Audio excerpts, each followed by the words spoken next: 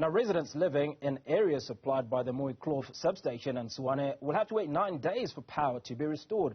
This after the substation caught fire on Wednesday. An update by the city will be given at 11 o'clock this morning. Newzroom Afrika's Mnisi joins us live from the capital. Linda, good morning.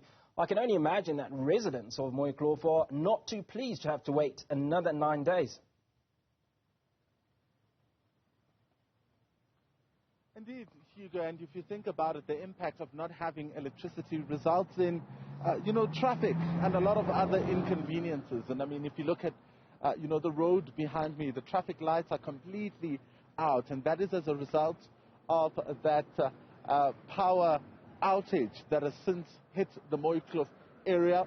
It is, of course, a fire that started in the Mooikloof substation. It has affected about 6 areas here in Tshwane. So essentially what we're hearing and what we heard from the city yesterday is that fixing this particular problem would last for about 9 days. There's extensive work that still needs to be done. But another thing is the issue around what could have caused the fire.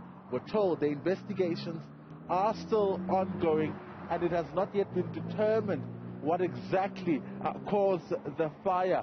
Now, about that meeting that was supposed to, or that update that was supposed to be given at 11 o'clock, we're told that it is only the officials who will be at this substation working on making sure that the work is expedited to ensure that power is, of course, restored. So at this point, the city is saying that it will only, rely on that statement that they issued yesterday that residents would have to wait another 9 days.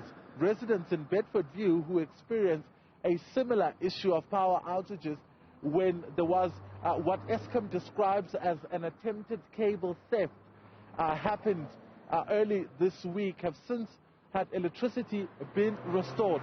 There as well, we were told, Hugo, about the issue of extensive work that needed to be done.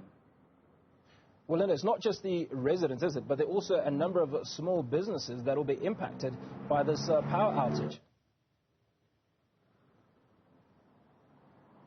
Yeah, businesses in the area. I mean, if you look at this suburb, it's quite close to the local businesses, and many of them actually are not open today as a result of that power outage. We've seen many, closing shop, really, in light of that power outage. So the impact is quite huge when you look at the business side of things. So if residents don't have electricity, then it means they can't have food, they can't buy the necessities when the shops are also impacted. The questions again of what could have caused the fire still lingers, especially in this particular area. What could have caused the fire? We know that one of the city officials who was responding to the fire was injured during that particular process. So it will be quite interesting to see exactly what the report of the municipality reveals in terms of making sure that it then answers those questions of what could have possibly happened. But you'll remember also the work that goes in. There's also issues of the structural engineers who first needed to go inside that substation to check if it was safe for workers to go inside. Now, this addresses the earlier issue that I spoke about of an employee of the municipality who got injured when they were responding to the fire. So the subsequent issue then would be, is it safe enough to start working on? And how far will the municipality be taking these investigations? Hugo?